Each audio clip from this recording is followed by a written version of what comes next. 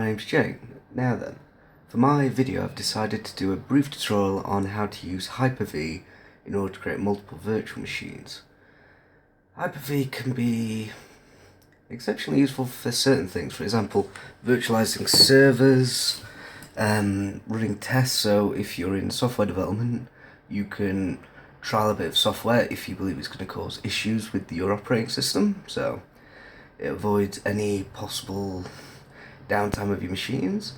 And you can vary the hardware, so in order for you to, let's say you're running a program that you're not sure how optimal it is, you can allocate more memory towards that OS in order to facilitate it, but at the same time you can scale it down so you can run multiple tests simultaneously on one machine. So if you're running network experiments, you can test to see how intercommunication works. That's something that I'll go over in the switching part. So Hyper-V's, one of its main advantages over other virtualization suites like VirtualBox, stuff like that, is that you can simulate switching so that you can see the intercommunication in between systems. Also, the benefit of that is that you can create closed networks. So if you want to do something like penetration testing, you can create a closed environment and have your main OS that is running, let's say, Kali Linux or other distros of Linux work rather well, like Ubuntu. You can install the toolkits on that. And then you can run trial versions of Ubuntu, Windows, to see what exploits work and see what's most effective.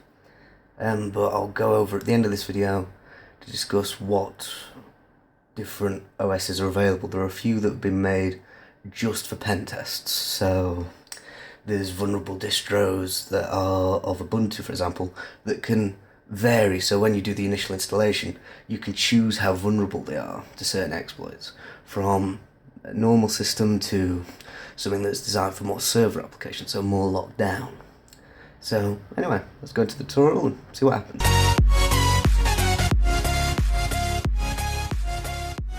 Hi guys, and now we're on the desktop. So, in order to get started using Hyper-V, you first need to go to Control Panel, Programs, and then turn off or on Windows Programs. So these are the packages that come default with Windows Pro Edition. As you can see, you just need to check the Hyper-V box to install the application. Both of these, okay? I've already got mine installed, so that's okay. And after that's all installed, you should be presented with this, the Hyper-V Manager.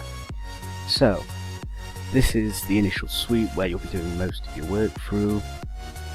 So, anyone that's done any server administration before or any Windows administration before should be familiar with this wizard. So, initially we want to set up our virtual switch.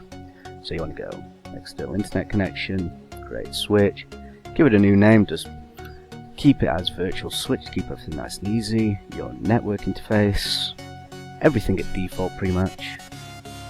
Hit OK. This will then configure the virtual switch. Bearing in mind this will act as a new interface on your computer, so all your traffic will be now routed through this interface. Takes a little while. Okay, now that we've got the virtual switch in its simplest configuration, we'll then go over to our host, right hand click, new virtual machine, and we'll present it with this wizard. Most of the options you can leave at default for now. So it's just next, virtual machine name, let's just keep it as virtual machine for now. Next, default, we'll just leave all this, be absolutely fine.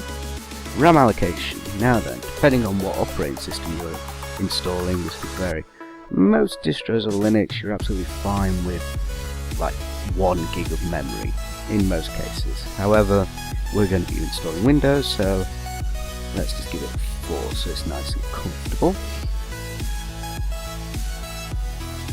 Okay, virtual switch, so this is the network interface. So you just want to go down and select the interface that we created earlier. Then next, name a virtual machine. This is the name of the virtual disk and where it's going to be located. So if you want to put this on a secondary drive in your machine so it avoids slowing down your main OS drive, or you want to put it on a network attached storage, that's absolutely fine. So we'll just leave the name by default. Size, this is dynamically allocated, so you don't have, if you allocate 200 gigs, it won't automatically just take 200 gigs out of your main drive. You can select it to do that, but I would recommend against it unless you're using the machine for, let's say, an application like data collection or running a web server off it where it will expand gradually. Now we're on the disk manager, so if you had a live CD you would input it here. So at the moment we need to click here. So yeah, if you had a disk, select your CD or DVD drive and insert the disk there. However, we're going off of an ISO image, so click ISO file, browse computer. I've put mine onto the file on the desktop, so we're on Windows 10. And then it's just case next. This is the hardware configurations at the moment, but we can change that, so next. And now it's creating the virtual machine. Okay, so first things first, we want to just right and click on the new virtual machine that's been created. Go to settings, go to CPU, and this is an 8-core machine, so I'm going to allocate 4 cores to this with 100% utilization, no cap. So if you were running multiple VMs on one system, you would, for example, if you're running 5, you would set your cores to 20, restriction of 20% each, so that way they wouldn't overlap to each other and you wouldn't overload the system. This is the general settings, so you have virtual drive, disks, NIC interface, serial port, and a few other things. So we're just going to hit apply. Another thing we need to actually, I just forgot. What did I actually configure? You? No, I did. So this is the, in the network interface you would select the virtual switch. So yeah, you can also set transfer rates. So again, if you have multiple systems operating on the same host, you can set caps. Okay, so everything's good. Now we just launch VM, so by double clicking on it, and then you get popped up with this window here. And then you just need to power on the machine here.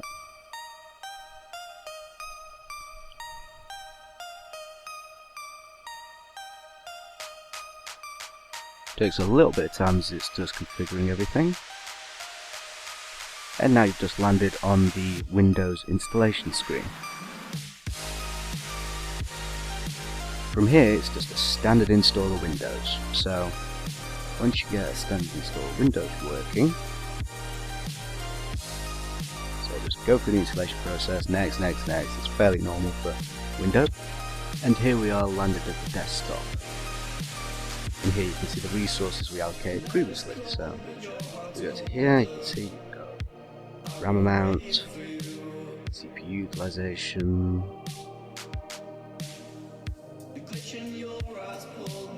so they're the 4 cores we allocated. So yeah, fully functioning operating system. So now we will go out to real world.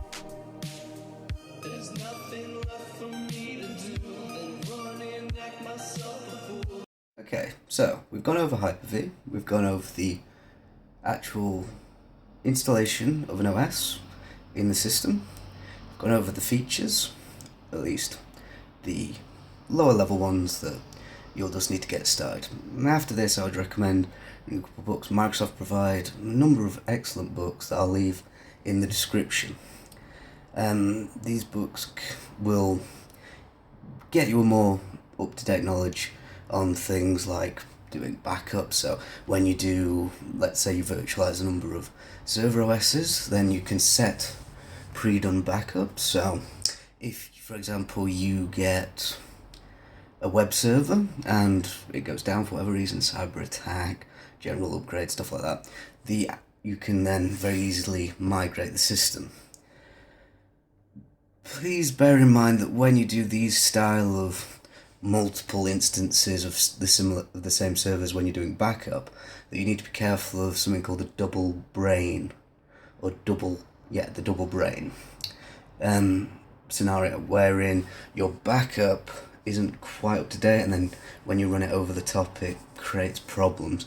The only issue I have with Hyper-V is the actual redundancy feature. If you look into it, only allows for a maximum backup cycle of 30 seconds. So every 30 seconds it will clone itself into the other VM.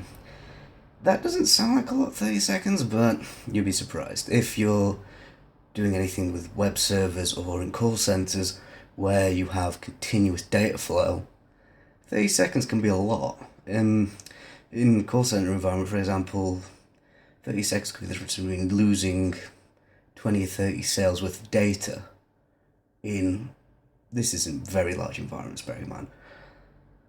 But also things like if someone wants to be blacklisted off your system, stuff like that, it can create issues, that little gap, because that data is lost.